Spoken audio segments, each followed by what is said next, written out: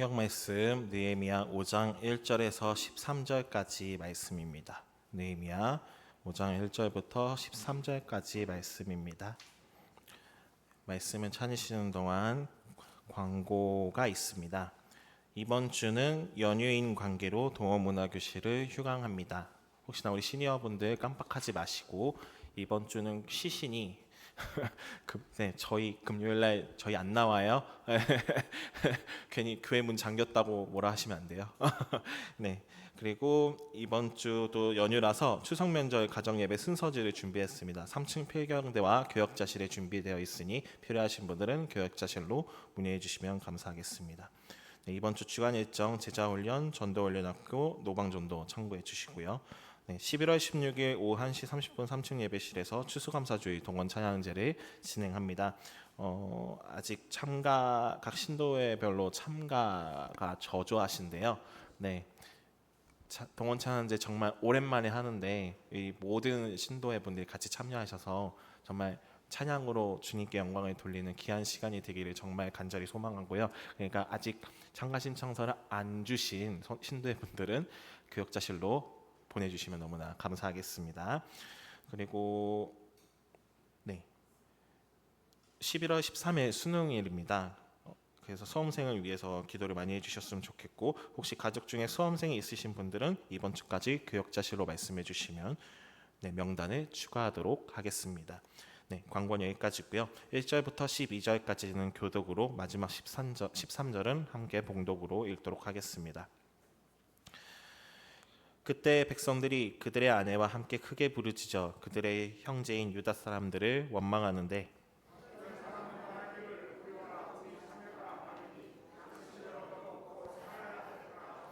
어떤 사람은 말하기를 우리가 밭과 포도원과 집이라도 저당 잡히고 이 흉년의 곡식을 얻자 하고,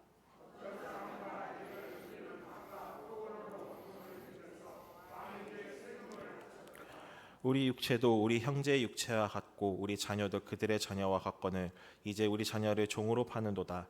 우리 딸 중에 벌써 종된 자가 있고 우리의 밭과 포도원이 이미 남의 것이 되었으나 우리에게는 아무런 힘이 없도다 하더라.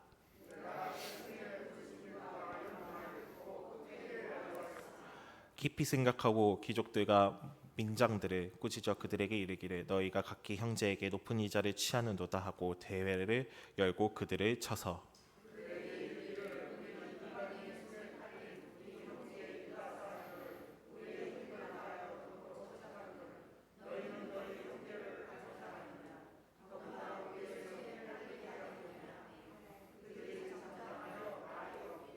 내가 또 이르기를 너희의 소행이 좋지 못하도다. 우리의 대적 이방 사람의 비방을 생각하고 우리 하나님을 경외하는 가운데 행할 것이 아니냐.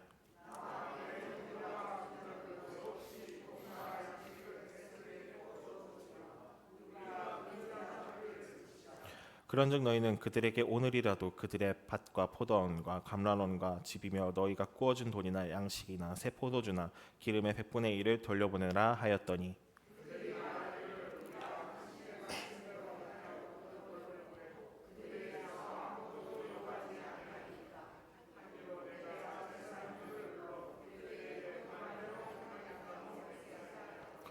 내가 옷자락을 털며 이르기를 이 말대로 행하지 않은 자는 모두 하나님이 또한 이와 같이 그 집과 산업에서 털어버리실지니 그는 곧 이렇게 털려서 빈손이 될지로다 하매 회중이 다 아멘하고 여호와를 찬송하고 백성들이 그 말한 대로 행하였느니라. 아멘. 네, 사랑하는 성도님들, 이제 말씀을 나누기 전에 양옆 성도님들과 한번 인사를 나누도록 하겠습니다. 환영합니다. 축복합니다. 주님의 은혜와 사랑이 가득합니다. 네, 과한 애정 표현 너무나 감사하고요. 네. 지난 느헤미야 설교 시간에서 우리는 이 이스라엘 백성 공동체가 한 마음으로 성벽을 재건함으로써 하나님 백성 공동체의 정체성을 우리는 회복했다고 배웠죠. 우리는 이 공동체가 전쟁이나 경제적 위기와 같은 외부적 위기로 인해서 무너진다고 생각을 많이 합니다. 하지만 이 공동체를 무너뜨리는 것은 외적인 위기만큼이 아니라 내적인 위기로도 갈등이 많습니다. 우리나라의 역사를 한번 살펴보면 고려시대 말기에 권문세족들이 백성들의 토지를 빼앗고 자신의 부를 늘리기에만 급급했죠. 그 결과 민심을 잃고 나라가 무너졌습니다. 조선 말기도 마찬가지였습니다. 세도 가문들이 권력을 독점하고 세금을 마구 거두어들이면서 나라의 몰락으로 이어졌습니다. 오늘날도 마찬가지입니다. 불과 몇 해 전 코로나19 사태 때 우리 교회 공동체가 세상으로부터 큰 비난을 받았었습니다.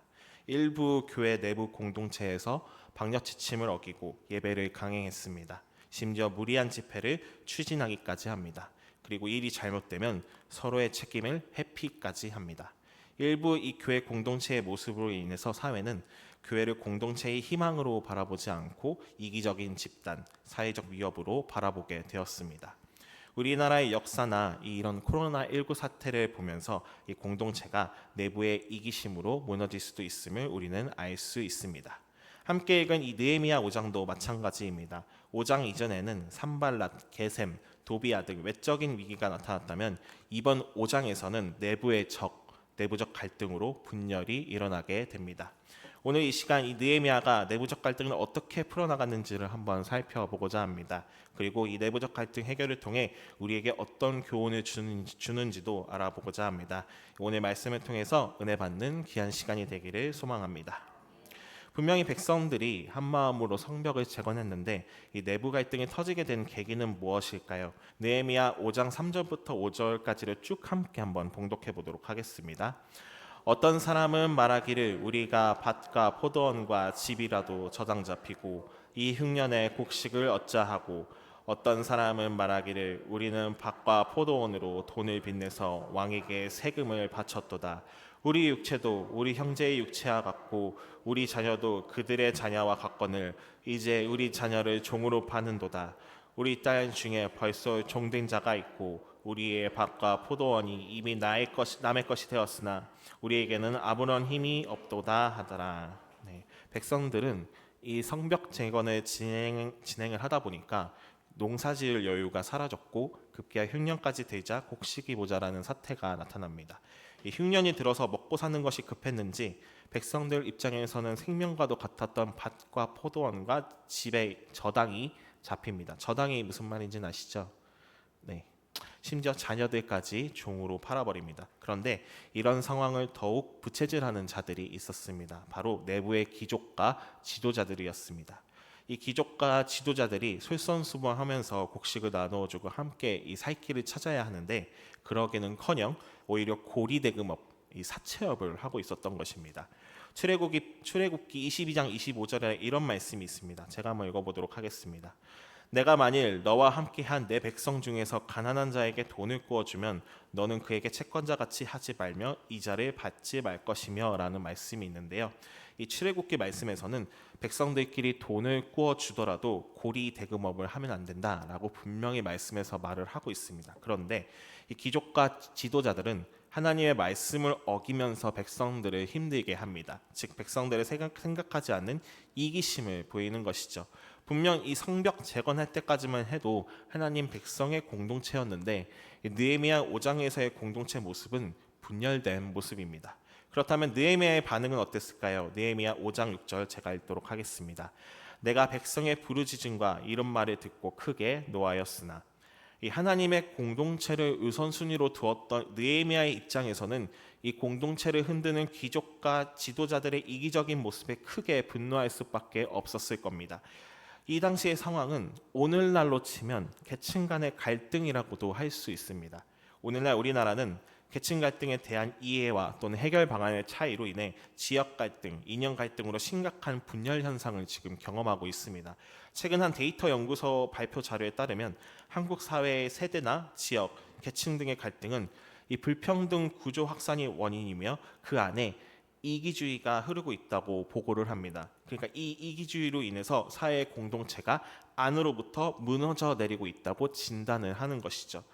이스라엘 백성들의 이 밭과 포도원과 집에 저당 잡히고 또 노예로 팔린 일들은 이 이스라엘 시대만의 상황이 아니었습니다. 결국 이 형태만 다를 뿐 오늘날과 같습니다. 우리 성도님들은 만약에 분노를 하게 되시면 어떠신가요? 이 분노의 감정을 잘 다스리시나요? 아니면 폭발하시나요? 네. 네. 네. 혹시 너 죽자 나 죽자 그러진 않으시죠? 네, 네. 안타깝게도 우리는 폭발시킬 때가 정말 많죠. 분노한 느헤미야는 어떻게 했을까를 봤더니 느헤미야 5장 6절과 7절을 함께 한번 봉독하도록 하겠습니다. 시작. 내가 백성의 부르짖음과 이런 말을 듣고 크게 노하였으나 깊이 생각하고. 네, 느헤미야는 분노를 폭발시키지 않았고 자기를 진정시키면서 이제 깊이 생각합니다. 그런데 이 개역 한글을 보면 이렇게 나옵니다. 개역 한글 버전을 한번 같이 읽어보도록 하겠습니다. 내가 백성의 부르짖음과 이런 말을 듣고 크게 노하여 중심에 계획하오. 여기서 중심이라는 단어를 우리는 좀 살펴볼 필요가 있습니다. 중심은 하나님 앞에서 생각하는 자세를 강조하는 단어라고 합니다. 그러니까 느헤미야는 이 분노를 폭발시키지 않고 하나님 앞에 생각하면서 감정적으로 대하지 않는 것입니다. 느헤미야는 뭔가 개인적인 감정을 가진 그런 분노가 아니라 이 하나님의 거룩한 분노를 통해서 대응하려고 합니다. 그렇게 하나님 앞에 생각한 느헤미야는 귀족과 지도자들에게 이렇게 말을 합니다. 느헤미야 5장 9절을 함께 봉독하도록 하겠습니다. 내가 또 이르기를 너희의 소행이 좋지 못하도다. 우리의 대적 이방 사람의 비방을 생각하고 우리 하나님을 경외하는 가운데 행할 것이 아니냐. 느헤미야는요, 하나님의 율법을 행하지 않는 이 이방인처럼 행동하는 귀족과 지도자들에게 하나님을 경외해야 한다고 말을 하고 있습니다. 이것은 이스라엘 백성들 모두가 하나님 안에 살아가는 이 공동체를 세워야 함을 의미합니다. 즉, 이 하나님을 경외하는 가운데 서로의 고통을 함께 나누어야 한다는 것이죠. 느헤미야는 이 귀족들과 지도자들에게 하나님을 경외하는 가운데 더 이상 이기적으로 행동하지 않고 공동체의 고통과 아픔을 품어야 한다는 것을 깨닫게 하기 위해서 이런 말을 하면서 책망하고 설득합니다. 느헤미야의 책망과 설득을 듣게 된 이 귀족과 지도자들은 느헤미야의 말에 순순히 따릅니다. 느헤미야 5장 12절을 참고하시면 이 귀족들과 지도자들이 느헤미야의 말을 따르기 위해 제사장 앞에 맹세를 하고요.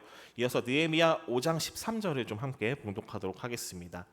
내가 옷자락을 털며 이르기를 이 말대로 행하지 아니하는 자는 모두 하나님이 또한 이와 같이 그 집과 산업에서 털어버리실지니. 이 귀족과 지도자들이 느헤미야의 말을 지키지 않을 때는 그 집과 산업을 털어버리는 이 하나님의 심판을 받을 것이라고 경고합니다. 여기서 그 집과 산업은 귀족과 지도자들의 힘과 지위를 포함한 재산 전부를 의미합니다. 귀족과 지도자들이 또다시 하나님의 말씀을 어기고 백성을 괴롭힐 때는 그들의 모든 것이 다 없어져 버린다는 것입니다.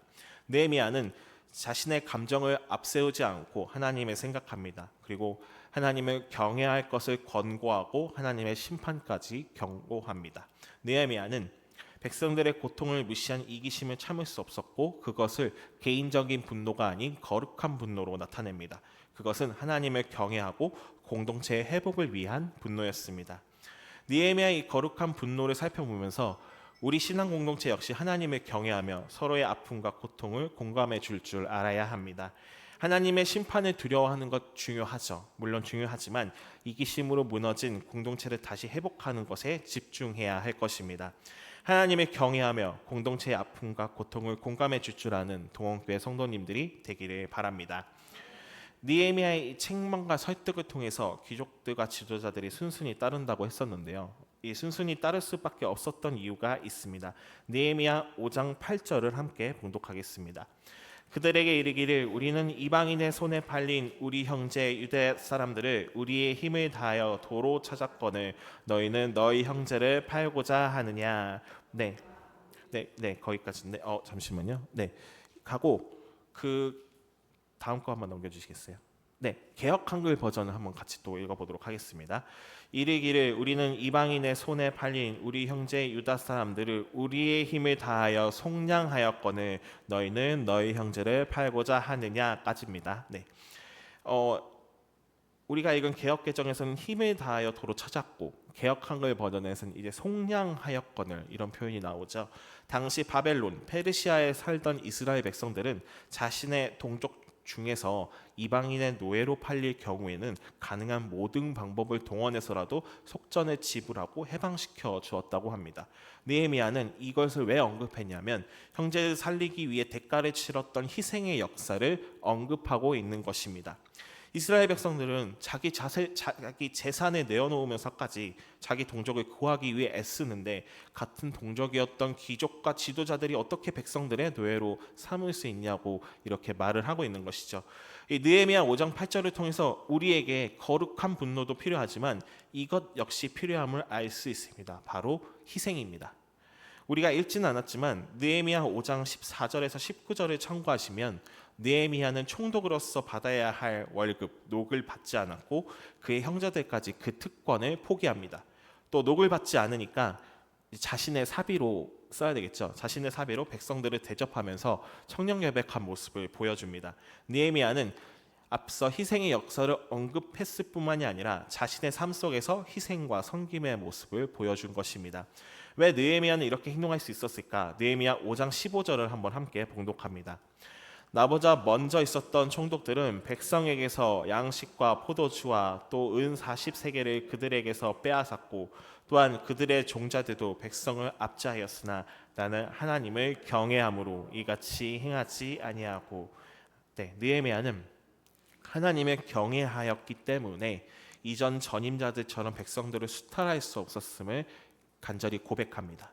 이러한 느헤미야의 고백은요, 하나님을 경외한다는 것도 있지만 동시에 백성들의 아픔과 고통에 공감하고 있음을 알 수 있습니다. 느헤미야 5장 18절도 함께 봉독해 보도록 하겠습니다. 시작. 매일 나를 위하여 소 한 마리와 살직 양 6마리를 준비하며 닭도 많이 준비하고 열흘에 한 번씩은 각종 포도주를 갖추어 다니니 비록 이같이 하였을지라도 내가 총독의 녹을 요구하지 아니하였음은 이 백성의 부역이 중함이었더라. 하나님을 경외했던 느헤미야가 백성들의 부역도 중요하게 생각합니다. 여기서 부역은 백성들이 이 페르시아 또는 바벨론 제국으로부터 세금과 이 강제 노동에 시달리고 있음을 의미합니다. 백성들의 힘든 삶을 이해했던 느헤미야는 백성들의 어려운 형편을 살펴서 이들의 부담을 줄여야 되겠다. 그 부담을 줄이기 위해서 녹을 받지 않았던 것입니다. 하나님을 경외하며 힘든 백성들의 삶을 잘 이해하는 느헤미야는 자신의 지위와 권리를 포기하면서까지 그렇게 희생과 섬김의 모습을 잘 보여주었습니다. 느헤미야는 이 본인의 삶 속에서 그 희생과 섬김의 모습을 잘 보여줬기 때문에 귀족과 지도자들은 불만 없이 따를 수밖에 없었던 것입니다. 대표적으로 우리 예수님도 그러셨죠. 우리 예수님 역시 본인의 삶을 통해서 우리에게 섬김의 모습을 보여주셨고, 우리의 죄를 대신 짊어지시는 희생의 모습을 분명히 예수님께서 보여주셨죠.